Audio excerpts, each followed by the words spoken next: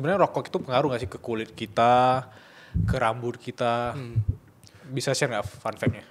Banget pengaruh, berdampak nikotinnya di dalam badan, tar segala macamnya lah, bahan-bahan toksik itu kayak gitu. Dan fun fact-nya nikotin itu dia akan studinya dia akan mengendap di folikel rambut, di akar rambut kayak gitu. Itu akan mengganggu sekali pertumbuhan rambut. Makanya orang yang merokok itu akan persentasenya lebih besar dia akan mengalami kebotakan cepat, apalagi dia ada genetiknya kayak gitu. Dan uban pun juga kayak gitu dari radikal bebas yang dihasilkan si rokok itu kayak gitu. Jadi biasanya tuh yang perokok pasif ngirupin radikal bebasnya tuh, asap-asapnya, CO2-nya itu kan ROS tuh kita bilang reactive oxygen species, radikal bebas. Dia akan merusak si stem cell di akar rambutnya. Gitu, terutama stem cell yang terutama yang sel pigmentnya. Nah, kalau sel pigmentnya rusak kayak gitu, dia jadilah uban kayak gitu. Nggak bisa menghasilkan pigmen sendiri rambutnya. Jadi lebih mempercepat uban, kebotakan, dan ke kulit penuaan. Radikal bebas itu tadi. Kalau aktif gitu. Sama juga. Aktif lebih parah. Kayak gitu. Jadi misalnya aku lagi duduk nih, nyantai, itu temanku ngerokok gitu. Kan kehirup. Masuk juga ke sirkulasi. Berarti aku tiba-tiba berubah di usia 20-an gara-gara dia tuh. Bisa faktor genetik juga sih ya. Nggak bisa salahin juga. Tapi itu, studinya kayak gitu. Ya, tapi itu apa ya? Poin pentingnya kalau dari sisi itu ternyata orang kan cuma ngelihat ngerokok dari sisi perlahan membunuhmu segala macam. Tapi konteks perlahan membunuhmu itu bukan dari sisi membunuh, wah lu bakal mati, tapi membunuh kayak sel, bikin kita lebih kelihatan tua, ya. Sel-sel kita juga makin parah gitu ya. Betul, sebetulnya yang ditakutin tuh radikal bebasnya sih, kayak gitu. Yang dimana itu musuh utama penuaan, kayak gitu, sel ya, terutama ya. Umur sel itu dipengaruhi salah satunya dari radikal bebas itu. Terlalu banyak radikal bebas, contohnya kita stres, itu terbentuk radikal bebas di badan kita, kayak gitu. Itu akan, makanya orang bilang jangan kebanyakan stres, itu cepet tua, itu benar. Jadi umur selnya kita itu jadi lebih muda, jadi lebih tua, kayak gitu dibandingkan yang memang dianya happy aja, kayak gitu, dia nggak merokok, kayak gitu. Jadi balik lagi ke radikal bebas sih. Berarti kalau ada temanku yang awet muda kayak si Hafiz ini, berarti nggak ada stres orang sebenarnya. Bisa jadi. Oh gitu ya. Tapi ya itu sisi positifnya ya sih, maksudnya kenapa harus olahraga, kenapa harus habitnya itu harus positif, terus skincare juga harus jalan-jalan secara lancar gitu ya. Betul. Itu meminimalisir dari sisi kayak penuaan dini. Ya betul, dan pentingnya minum antioksidan, vitamin C, vitamin E, kayak gitu. Minumnya tuh harus dalam bentuk kapsul kah atau konsumsi makanan? Dari konsumsi makanan juga bisa sih kayak gitu. Berry, bukan berry penyakit ya, berries.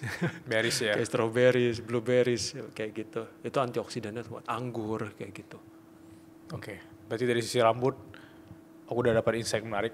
Ntar aku bakal konsultasi di luar podcast lebih detail lah. Siap. Karena nggak mungkin waktunya di sini. Iya. Terus tadi ada teman-teman yang nitip pertanyaan juga, Dok. Katanya, Kak Bilal, aku kalau malam nggak skincarean gitu, langsung tidur. Itu pengaruhnya gimana? Oke, selama kalau kulit dia nggak ada masalah sih ya nggak apa-apa sih sebetulnya kayak gitu. Cuman kalau misalkan dia memang acne prone, kulitnya minyakan banget kayak gitu, menurutku pribadi itu butuh sih skincarean, at least masuk vitamin A, retinol, dan adik-adiknya itu kayak gitu, retinol, ada palen, retinoid acid, kayak gitu. Itu dia untuk menginhibisi atau menurunkan aktivitas kelenjar minyak, kayak gitu. Jadi kita balik lagi ke kenapa jerawat itu terbentuk, itu kan karena aktivitas kelenjar minyaknya.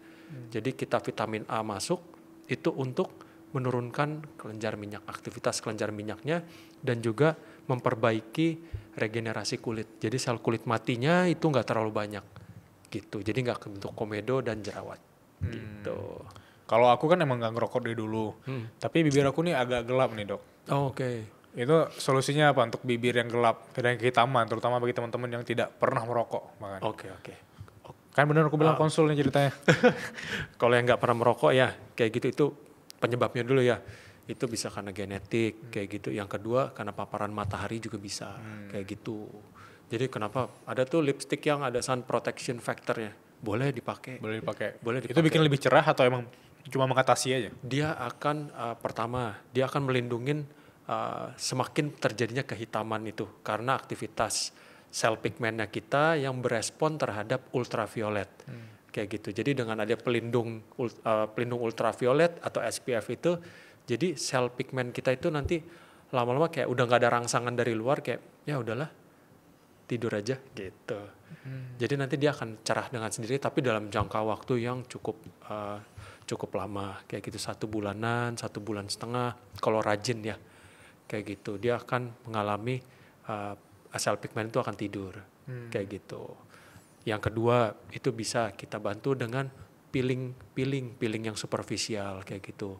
Jadi pigmen yang ada di luar itu kita kupas sedikit kayak gitu. Jadinya dia agak sedikit lebih cerah gitu. Oke, yang ketiga kita bisa laser pigmen kayak gitu. Itu bisa juga. Tapi itu mindsetnya tuh laser pigment lebih instan atau emang butuh waktu juga untuk? Butuh waktu. Nggak instan kayak tiba-tiba 5 hari gitu ya? Enggak. Dia kerjanya laser pigmen itu ya, mau di wajah, mau di bibir. Pokoknya kalau misalkan dia ngehancurin pigmen, kayak tato juga lah. Gitu, dia ngehancurin pigmen. Jadi tuh pigmen gelap itu ditangkap si gelombangnya, energinya laser itu ditangkap sama si pigmen gelap, dia akan pecah. Kayak gitu. Nah, pecahannya ini itu akan dimakan sama sel imun kita. Jadi butuh waktu proses sekitar 1 bulan sampai 1,5 bulan juga untuk si sel pigmennya itu ngebersihin pigmen-pigmen yang udah dihancurin sama si lasernya itu. Tapi kalau misalnya udah dibersihin sama sel-sel kita, tapi dia tetap ngerokok sama sebulan ke depan, berarti kalah sel kita itu. Kalah dong, pasti. Buang uang jatuhnya. Ya juga sih, ngapain laser kalau ngerokok. Iya, makanya.